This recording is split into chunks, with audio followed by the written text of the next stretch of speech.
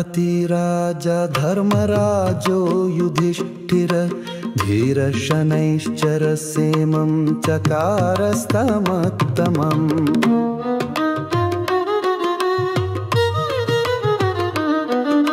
शिरो मे भास्करी पातु भालं छायासुतोऽवतु कोटराक्षो दृशौ पातु शिखिकण्ठनिभाश्रुति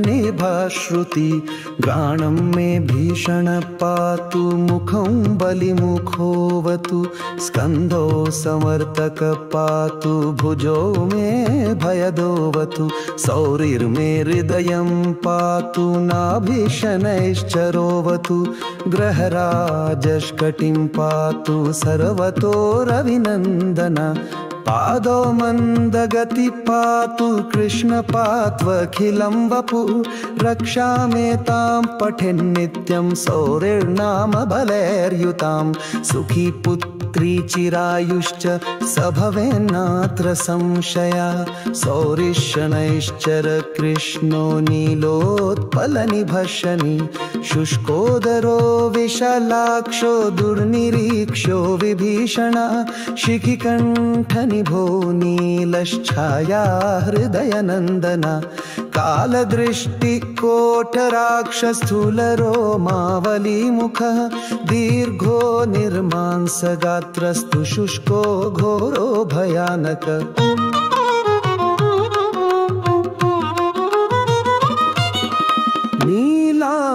नीलांशुक्रोधनोद्रौ दीर्घश्मश्रुर्जटाधरः मन्दो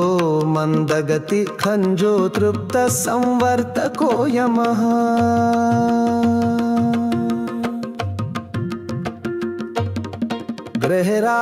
गृहराजष्कराली च सूर्यपुत्रो रविशशि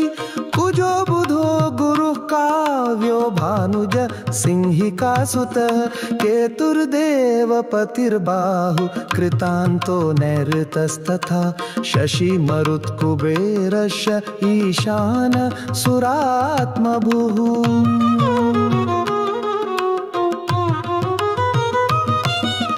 विष्णुर्हरो गणपति कुमारः काम ईश्वरः कर्ता हर्ता पालयिता राज्यभुग्राज्यदायकः छायासुतः श्यामलांगो धनहर्ता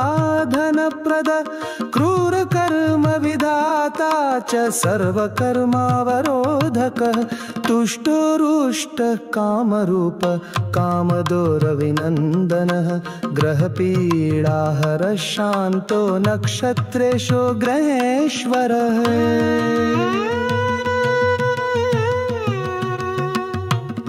स्थिरासन स्थिरगतिर्महाकायो महाबलः महाप्रभो महाकालर्कालात्मा कालकालकः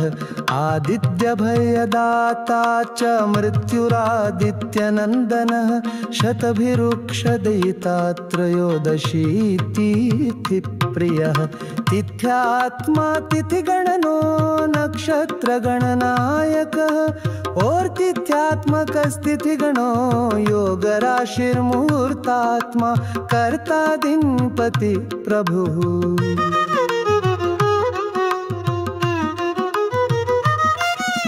शमी पुष्पप्रिय श्यामस्त्रैलोक्याभयदायकः नीलवासा क्रिया सिन्धुर्नीलाञ्जनचयच्चल्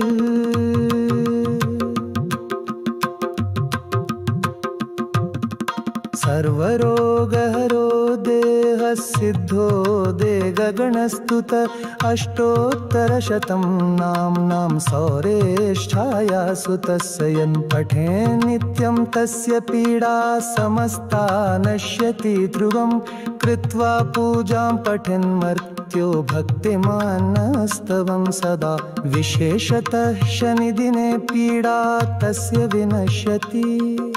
जन्मलग्ने स्थितिर्वापि गोचरे क्रूरुराशिगे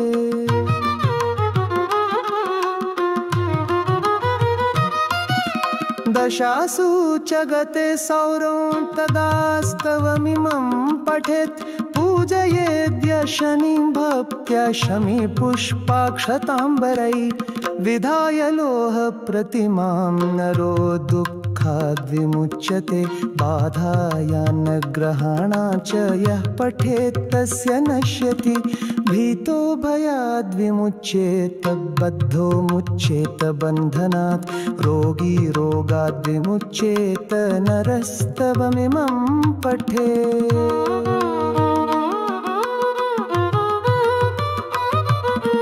पुत्रवान् धनवान् श्रीमान् जायते नात्र संशयः स्तवन्निशम्य पार्थस्य प्रत्यक्षो भूच्छनैश्चरः दत्त्वा राज्ञे वरकामं शनिश्चरदर्दगतन ऋटशीघ्रऋषभुवल शनैश्चरस्कबरा च समुतूर्व।